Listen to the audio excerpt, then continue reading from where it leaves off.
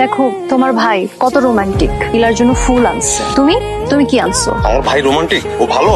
ও কি করছে তুমি জানো? কি করছো? ও একটা মার্ডার করে ঢাকা থেকে এখানে আসছে। ও তো ক্রিমিনাল।